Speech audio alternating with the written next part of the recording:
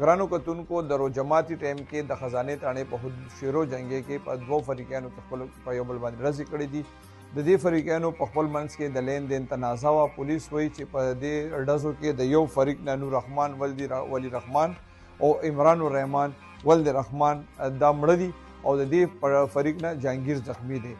د پولیس وینا ده چې د دویم فریق نه فاروق ولد شرافت مړ دی او د دواړو طرفونو چې کوم دی 3 کسان مړه شوي دي او یو زخمی دی. پولیس FIR درج کړی دی. ګرانو کتونکو مجموعي طور که موږ وګورو د مخکې ویډیوګانو کې ما تاسو ته تفصیل هم درکو.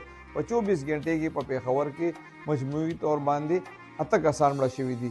د روجماتي نه لږ ساعت پهله د انقلاب تاڼې په حدود کې پولیس والا ارشاد د معلوم کسانو وژلې دی.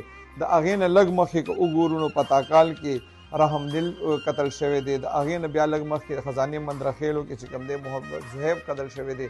بیګا چې کوم دی خزانې کې ناصاپه کې څوکیدار محمود خان قتل شوی دی. د هغې نه مخکې د انقلاب تاڼې په حدودو کې نور عالم قتل شوی دی. نو په دې 24 غنټو کې په دې زبرګه روژه کې په پېښور کې مجموعي طور 8 کسان وژل شوي دي او 2 زخمیان دي. الله دې باقي خیر پېښ کړي.